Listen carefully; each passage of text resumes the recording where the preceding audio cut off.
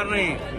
क्या आप कल्पना कर सकते हैं कि जान मारने की धमकी दे रहे हो, जान लेने की धमकी दे रहे हो? क्या आपकी जान ले लेने और संविधान और कानून पर चलने वाले लोग क्या कर रहे हैं कि अगर कोई किसी को मारने की धमकी दे रहा है तो ये जिम्मेदारी किसकी बनती है कि कार्रवाई हो? उनके अंदर इतना जहर घोल दिया कि वो तलवार लेकर के निकल पड़े कि जान ले लेंगे। ये गोली मारने का भारतीय जनता पार्टी का पुराना षड्यंत्र रहा है। आपको पता होगा और जानते होंगे कि राष्ट्रपिता महात्मा गांधी को भी गोली मारी गई थी। ये वो लोग हैं जो हिंसा पसंद करते हैं। मैंने कई मौकों पर कहा और फिर मैं कहता हूँ, ये सेना भारतीय जनता पार्टी की है। ये प्रशासन शासन के इशारे पर इस तरह का नंगा नाच हुआ है। ये जो कुछ आपको विजुअल्स दिखाई दिए हैं, तलवारें खुली और तमाम लोग लाठी लेकर के गए, वो भाषा किस तरह की इस्तेमाल कर रहे हैं?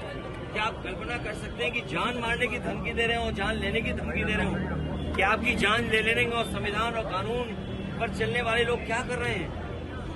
आखिरकार जिम्मेदारी किसकी है कि अगर कोई किसी को मारने की धमकी दे रहा है तो ये जिम्मेदारी किसकी बनती है कि कार्रवाई हो?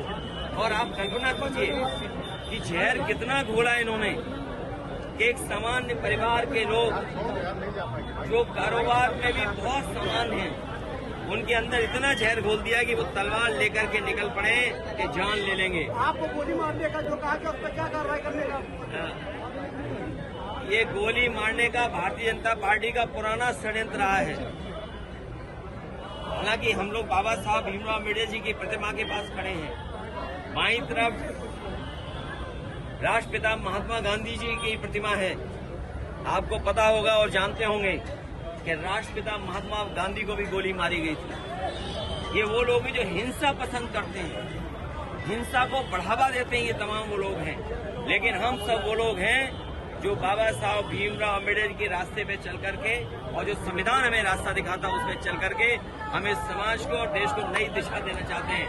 और आज के दिन ये संकल्प लेते हैं कि जो सपना बाबा साहब भीमराव अम्बेडकर जी का था, शोषित वंचित पीड़ित लोगों के लिए, पीड़ित परिवार के लिए, हम गाँव-गाँव पहुँचा करके आम लोगों को जोड़ करके उनके सपने को पूरा करने का काम करेंगे। वही लोग हैं जो बाबा साहब भीमराव अम्बेडकर जी के नहीं मानते लोग हैं।